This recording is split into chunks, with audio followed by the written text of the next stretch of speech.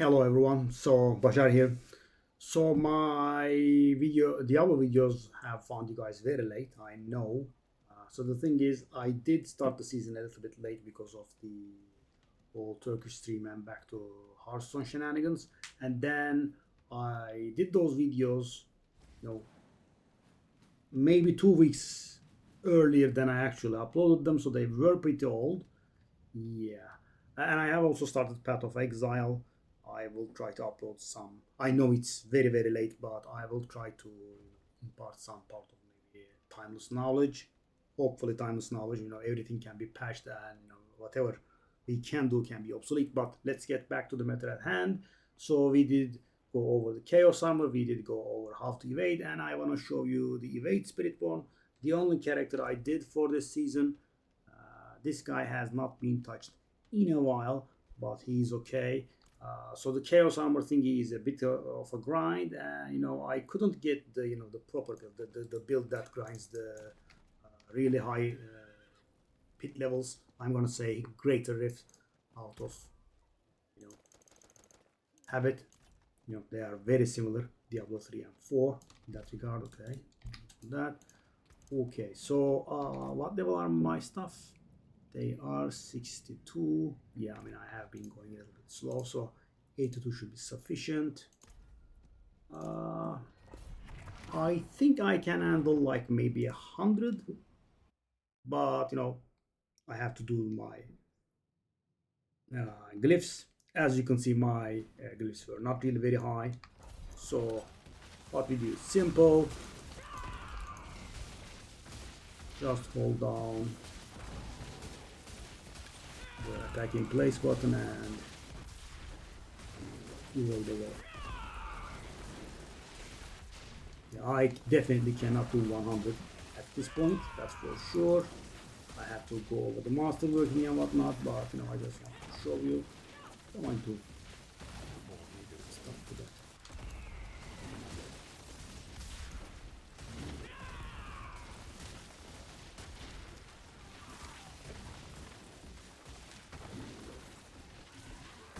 So maybe not flying colors, but my glyphs are not really very high, and that would add quite a bit of damage because the legendary ability increases, the other stuff increases, and I'm missing I think one Chaos Armor from a proper build. I'm not even going into the proper great graphics and whatnot, right? I just am missing Chaos Armor. So guys, Chaos Armor is this season's theme, and it's pretty likable, but it's quite the grind, and them being untradeable makes the job a little bit hard. I did show you a method of getting some Chaos Armor. If you are sitting on a good amount of Infernal Warp, you can just convert the Infernal Warp into some Chaos Armors by opening a new character, hopefully same class as your main, and just get reputation bags. They are scrolls, I think. So you get 89 scrolls, you put them in the stash, you open a new character, you use those scrolls, and 89 scrolls just gets you to the max reputation, and you get kind of everything that's needed.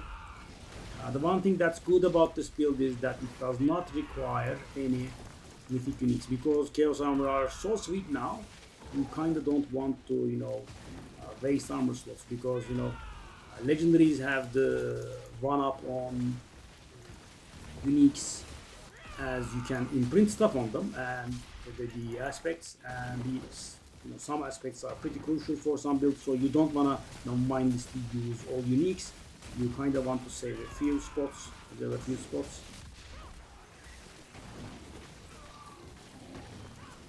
I'll just go with the tree after this.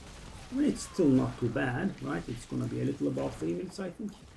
And I did fail a little bit here. We just evade. And my evade cooldown reduction is actually not sufficient.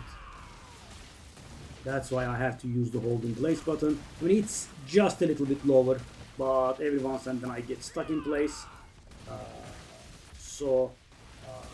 Like we discussed in the video, you hold down your attack in place button, and then you will not, at least you will always do some sort of attacking. Oops. I'm a little bit touch with this guy. No, it's gonna be more like 4 minutes, I think. Fails at me.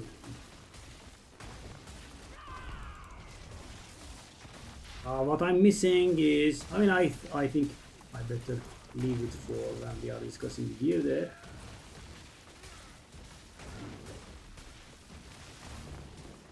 Okay.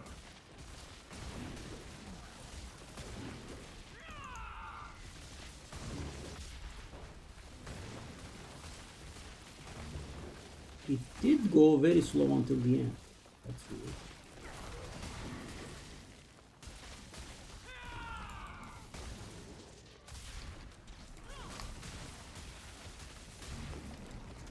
I did fail pretty hard there.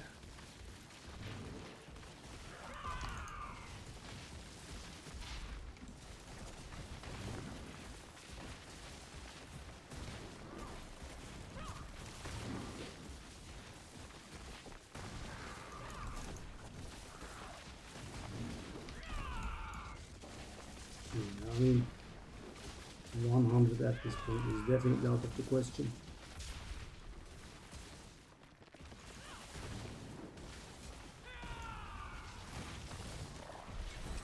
Even my barrier broke at a few points. Yeah.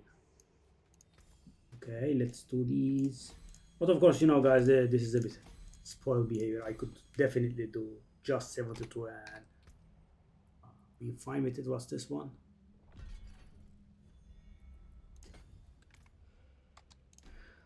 Alright, so let's go over the gear. This is pretty high mobility, and I did fail a little bit, but still it was a little above 4 minutes, I think, for 82. But there is room for improvement. So what I did was basically try to get the right pieces and right tempers and get everything to level 12 of masterworking. I only rerolled the very crucial ones. I mean, you can probably tell from my Paragon that I didn't really work very hard towards the character. I guess that was the first season for me. So, let's go over it. Let me go to the stash. So, let me first show you the skill tree. Skill tree, we just pick Thunder Spike. 4 points in here because its skill level does not really matter, right? We don't really go hard here. The reason that we go 4 points into it is to unlock the other stuff, right? And we grab Focal Point, Apex, Diminishment, right? Mirage and Unconstrained Power. We move on, we grab Armored Hide, that's very important, we'll see. We go for the Reinforced Armored Hide, we go for Counter Attack. We get Resilient. I mean, we just have one Gorilla bar, or Gorilla skill on our action bar still. 4.5% life and barrier generation is nice. Brilliance and Acceleration. We have the Seeker as our ultimate. And we have the ultimate base thingies. And finally, we have Vital Strike. So, as for the Paragon, there is of course a rather big tree. What we use is Fulminate, Jagged Plume, Spirit, Talon, and Canny. Colossal is a nice candidate instead of Talon maybe, but of course then the board will change. The legendary nodes are quite constant as far as I can tell. You grab Sapping, because you keep evading, so you will be spamming Thunder Spike, which means you will be spamming 3 Eagle skills in a row. You go for Viscous Shield. This is very famous. This was very bugged when Spiritborn first came out. And then we grab Convergence. That's a nice damage bonus, as you can see, and it's multiplicative, so this is literally almost 50% damage up. And finally we have Drive. This means 60% damage up at all times, right? Because we are constantly evading, so we are moving a lot. And so, it definitely stacks all the way up at all times.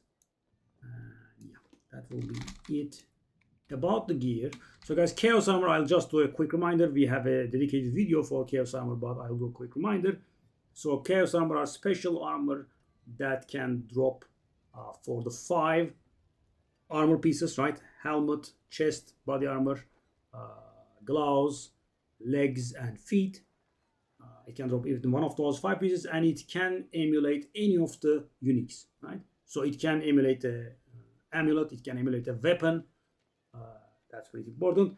The only place they do not drop is for the actual slot. So, for example, if you're looking for a loyalties mantle, it could be either of these four, right? It could be a chest, it could be a glove, it could be a legs, it could be a boots, but it cannot be a helmet, right? Fist of Fate cannot be a glove, right? What's so good about these is that their unique power is amplified by 20%. So, for example, if you remember Wushan Akpa, it's not a very good item, but in this season it is. So, the increased potency for the primary spiritual thingy is normally 300%, which goes up to 360% because it's a chaos arm, right? So it becomes perfect, and on top of that, it also becomes amplified by 20%. So, for example, let me show you Fist of Fate, for example. If you recall Fist of Fate, it's a very famous item. It does 1 to 300%, right? And as a Chaos Armor, it goes up to 360%. And the thing is, guys, when it's 1 to 300%, that means on average 50% damage up, right? You could be unlucky, you could get 1%, but you could also get lucky and get 300%, and the average is up to 50% damage. But when the maximum end is on 360, that means 80% damage up, right? Which is insane for a single item slot. This is on average 80% damage up, right? That's why Fist of Fate is pretty commonly utilized, because it's so near that sweet spot. Some builds consider it, some builds use it, and some builds just don't use it. But when it's 360%, kind of everyone is using it, because 80% damage up from a single slot, and the bonuses are also tangible. So that's what I'm missing from the build, right?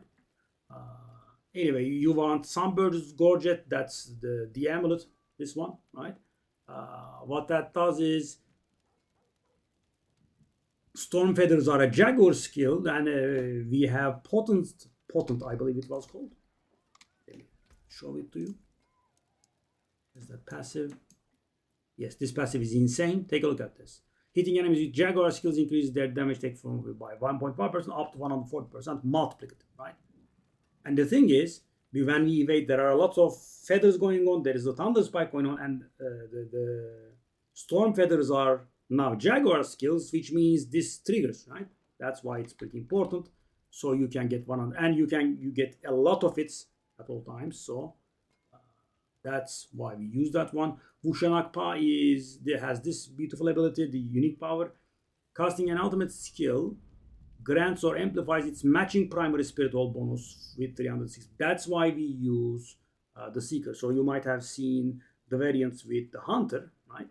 And that is what you should be doing before you get the Wushan Akpa. But when you get to Wushan Akpa, you switch to the Seeker, because we cast an Eagle ultimate skill, and we have an Eagle spiritual bonus, which means that is going to get amplified by 360%, because this is our damage, right? Thunder Spike is not doing the damage. That's why we didn't invest the 5th point in the Thunder Spike. This is what's doing our damage. As you can see, it's about 1 million, and of course in combat it goes crazy high. Eagle. So this is required to swap to the Seeker from the Hunter, right? We use Loyalty's Mantle. Again, Loyalty's Mantle does the same thing. If your minor and major spirituals match, it amplifies their potency. So I need this in Chaos Armor, right? That's my problem. And the thing is, because the unique power is going to get amplified by 20%, so this becomes 72%. Not only it's perfect already, and it also gets amplified by 20%. 20% of 60 is 12%, so 72%, which is insane. I think I actually have one lying around in the form of, but the problem is, as you can see, it's a chest, right? And I have Sunbird's Gorget there. You see the grind, you see the annoying part with this? I mean, you need everything, but everything needs to be in the right spot, right? So Loyalty's Mantle, I would actually love it as a glove, right? And then I can use Fists of Fate as a helmet. but I don't have those. Let me see my Fist of Fate. What's with the caps? Yeah, I actually do have a helmet Fist of Fate, so I can finalize this build if I ever get a glove that is loyalty's mantle, but I just don't have it. Anyway, so these two are the pretty important ones, and Chaos Armor is limited to 5. So this is a bit of a tech of mine. Uh, the aspect here, it's pretty nice. You might have seen how I was freezing. That's the thanks to this one, right?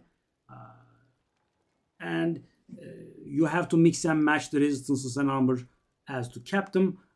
For armor, actually, you want a little beyond the cap because we'll be utilizing the unyielding hits thingy. So why are we not using Wushanakpa as the weapon itself? The thing is, guys, the temper is on the weapon, and the aspect that is being amplified by 100% is very important, right? We don't want to use a unique weapon, so we can use the temper, and so we can also use the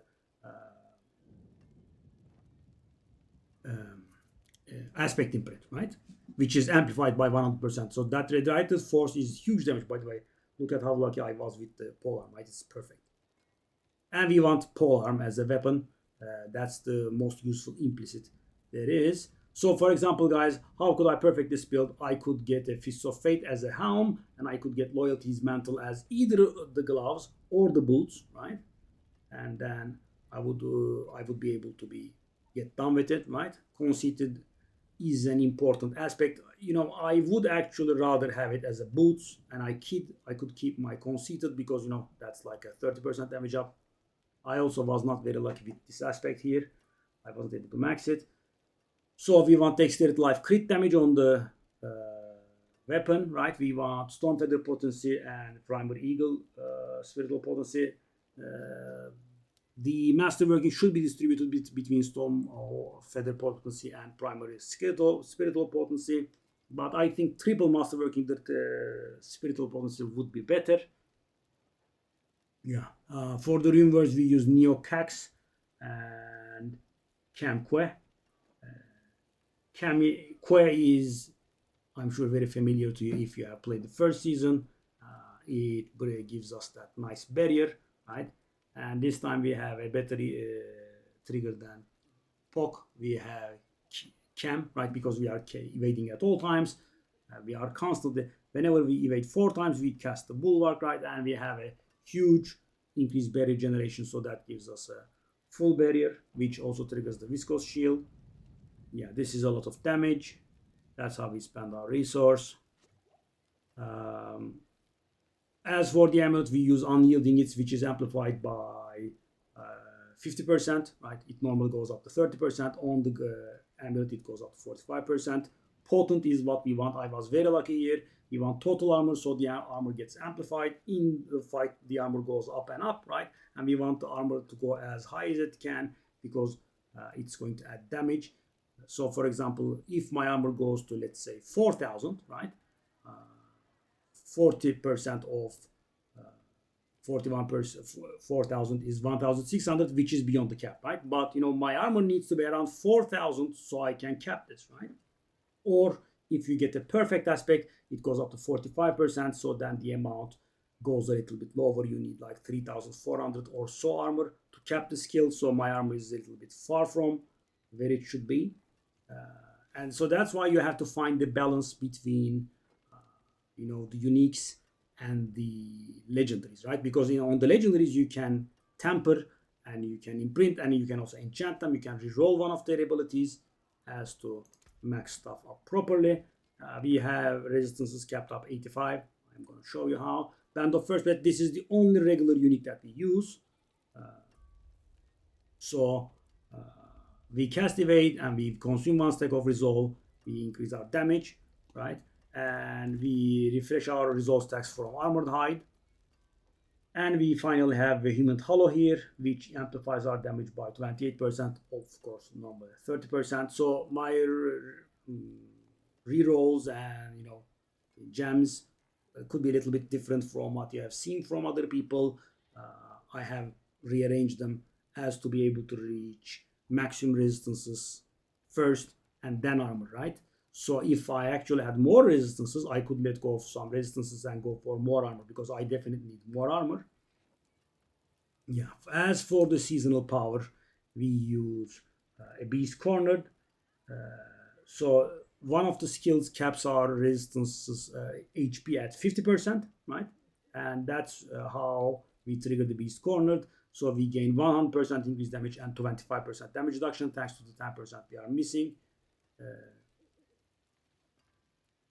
Each resource you spend also drains maximum life to refund. So the thing is, our rune word here, as you can see, when we cast a non-basic, non-defensive skill, which would be generally the Seeker, right? We don't cast the counter attack too much, or Ravager.